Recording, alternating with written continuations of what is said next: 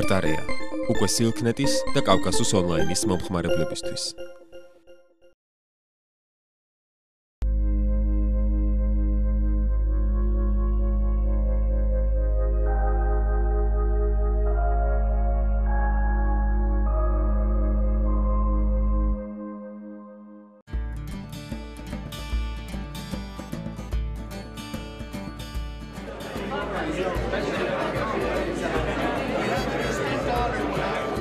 ქართული კულტურის დღეები ირლანდიაში 29 მაისიდან 2 ივნისის ჩათვლით საქვეყნო ცნობილი გემების ფესტივალის ფარგლებში გაიმართა.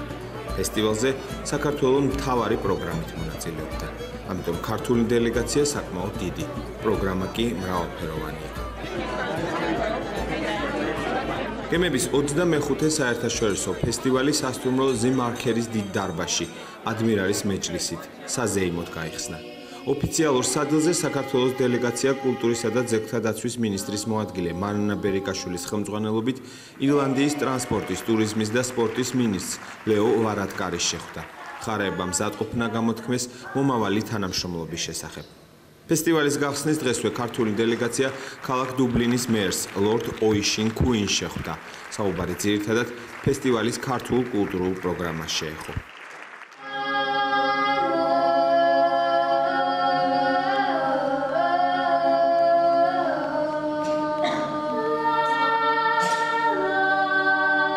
ადმირალის მეჯლისის მუსიკალური ნაწილი ირლანდიაში მოღვაწე ქართულმა ანსამბლმა სიმღერა მრავალჟამიერით გახსნა.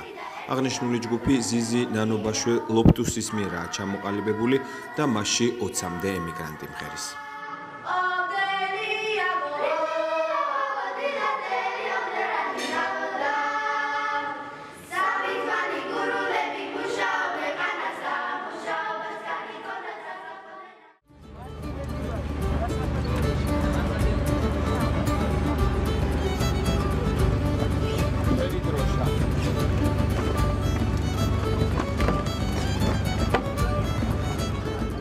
მეორე დილას დანიურ ფრეგაძე მეზღვაური ანძებზე ასასვლელად საგანგებოდ ემზადება. მან მე-19 საუკუნის გემის იალქნებზე საქართველოს სახელმწიფო და ისტორიული დროშები უნდა გამოფხვროს.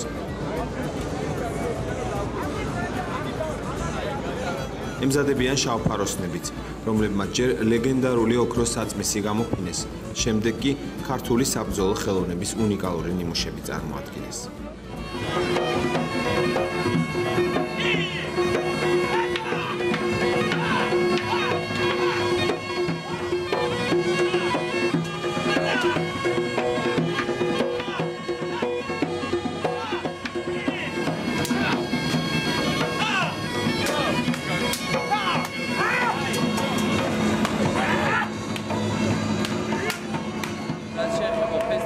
ძალიან კარგად ორგანიზებული და ძალიან გაკეთებული ფესტივალი არის. თვითონ მაყურებლის მხრიდანაც ძალიან დიდი მოწონება დაიმსახურა ამ ფესტივალმა და ფესტივალის იმ პროგრამამ იმ სახით შედგენილმა, როგორც ფაქტურად როგორც არის მასშტაბიანი ფესტივალი. ფესტივალის დაწყებიდან მეორე დღეს მთელი ქვეყანა იგებს, რომ სცენაზე არ ნახოს სანახაობას შორეული საქართველოდან ჩამოსული მოცეკვავეები ქმნიან. მთელი ქალაქი დუბლინის პორტში სანაპიროზე იყრის თავს. წუთი წუთზე და სუხიშვილების კონცერტი დაიწყება.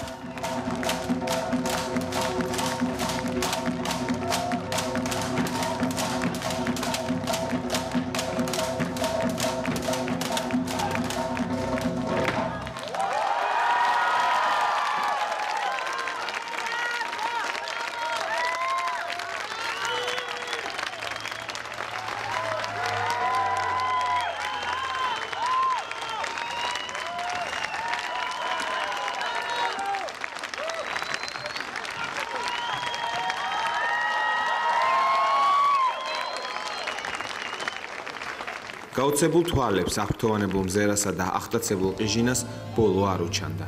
იმავე საღამოს დუბლინის პოლიცია ოფიციალურად გამოაცხადებს, რომ სუხიშვილების კონცერტს 1 ივნისს დუბლინში 20,000-ზე მეტი მაყურებელი დაესწრო.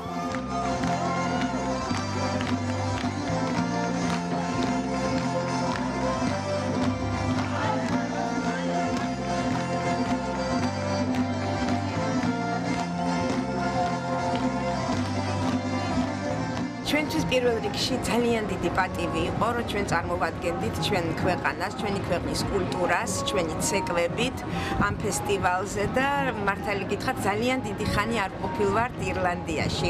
ბოლოს ანსამბლი აქ იმყოფებოდა 80-იანი წლების დასაწყისში. ამიტომ ის მოლოდინი, რომ იქნებოდა ეს აღფრთოვანება, იქნებოდა წარმატება, რასაკვირველია იყო ეს მოლოდინი, იმიტომ რაღაცით გევართ ხასიათით ირლანდიელები და ქართველები. ჩიტი ორივე ერს გვაქვს ძალიან გამჯდარი ჩვენი ნაციონალური ცეკვები და მოძრაობები, რაზეც შემდეგ უკვე ვაგებთ ცეკვებს, რომლებიც მე ძალიან პოპულარული და ძალიან ესეთი ხდება მთელ მსოფლიოში მიღებული და მოწონებას იმსახურებს. ამიტომ საოცრად მნიშვნელოვანი იყო ჩვენთვის ასეთი შუალედის მერე აქ ჩამოსვლა, კონცერტის გამართვა და რაც ყველაზე უფრო სასიამოვნოა ჩემთვის და საამაყო, რომ ჩვენ შევხვდით ჩვენ თანამემამულებს, რომლებიც წლები წამოსულები არიან ამ უცხო ქვეყანაში, აქ ცხოვრობენ და მათთვის ეს იყო ძალიან დიდი დღესასწაული. სხვადასხვა ქალაქებიდან ჩამოვიდნენ და იმის გარდა რომ ირლანდიელი მაყურებელი ესწრებოდა ძალიან ბევრი, როგორც ძალიან 20,000-მდე მაყურებელი იყო, ქართველი მაყურებელი იყო, ასევე აღფრთოვანებული, იმიტომ რომ პატარა საქართველოს ნაწილი ჩამოგვაქვს ჩვენ. აი ეს ძალიან მნიშვნელოვანია ჩვენი ქვეყნისთვის, რომ ხშირად მოხდეს აი ესეთი ფესტივალები ყველა ქვეყანაში და განსაკუთრებით მე მგონია, რომ ეს ალბათ ძალიან მნიშვნელოვანია ქვეყნის პოპულარიზაციისთვის ზოგადად.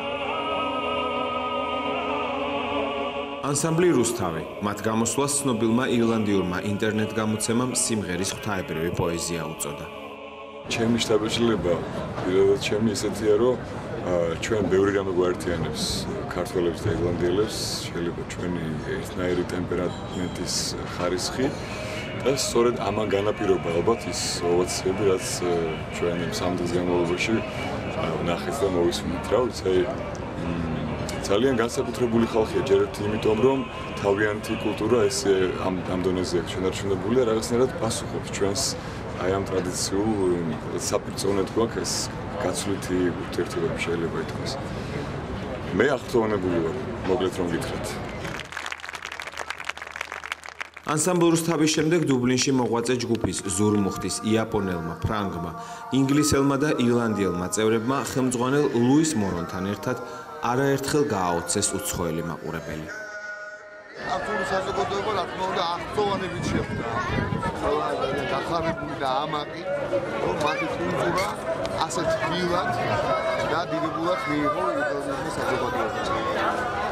ეს არის ჩვენი მეგობრები, უცნობები, ყველა გვეხმიანება და გვეუბნება, რომ ისინი არიან აღფრთოვანებული ქართული კულტურით, ქართული ხელოვნებით და ერთი სული აქვს, რომ ის ჩამოვლენ საქართველოში და უფრო მეც იხილავენ ქართული კულტურის ნიმუშებს და სხვადასხვა წარმოდგენებს. რომ ჩვენ ვართ აბსოლუტურად ამაყები, ამითი და ჩვენ პირველად ჩვენი აქ საკმაოდ დიდი ყოფნის დროს ვზნობ თავს სრულფასოვან ადამიანებად, როგორც ირლანდიაში მცხოვრები ქართველები. რამდენადაც მივიღეთ უდიდესი დაფასება და აღიარება, როგორც ეს. მშობლიური კულტურის პოპულარიზაციას სახელმწიფო ანსამბლებთან ერთად ლაშა საბაშვილის მიერ დუბლინში შექმნილი ანსამბლი საბასეულიც ცდილობდა. ქართველი ემიგრანტების შვილებმა დიდი სცენიდან არაერთი საუკეთესო ნომერი შესთავაზეს მაყურებელს.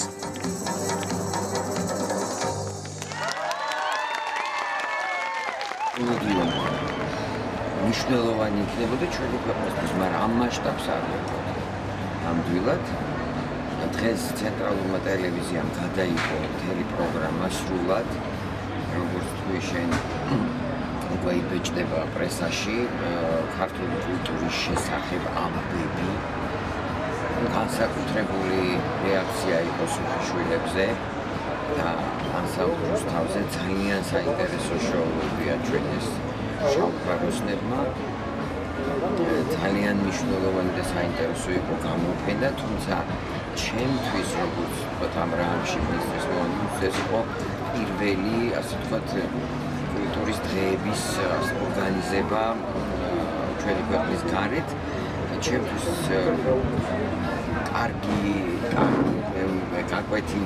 კარგი გაგებით და ვფიქრობ, რომ აი ასეთი ღონისძიებები ჩვენი ქვეყნის პოპულარიზაციისთვის არის აუცილებელი. აი ესე ჩვენ ვეძებოთ ის კავშირები, რომლებიც ჩვენთვის არის სასიკეთო და უნდა წარმოვაჩინოთ ისეთი რამები, რაც ჩვენ გვაქვს წარმოსაჩენი და ეს გამოჩნდა თუ როგორი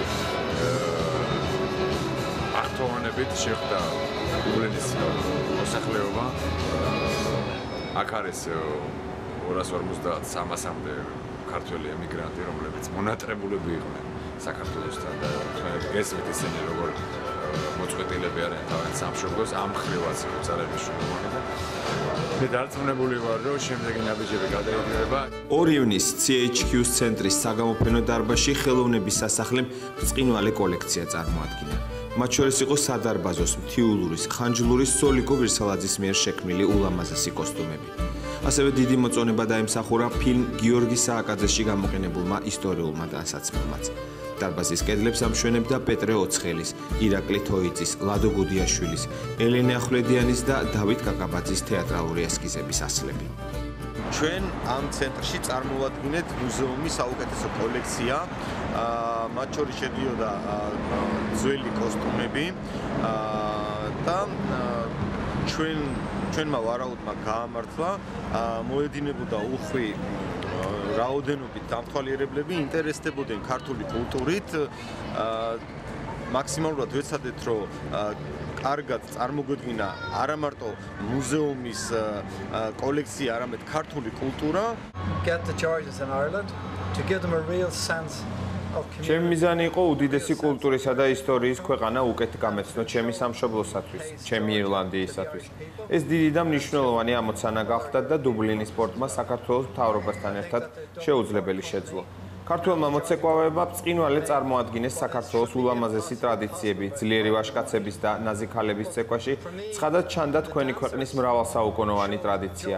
ქართველები და ირლანდიელები ერთმანეთს ორი ხელისგულივით ჰყვანან. ამიტომ ირლანდიელები აღფრთოვანებულები არიან თქვენი სასცენო ხელოვნებით.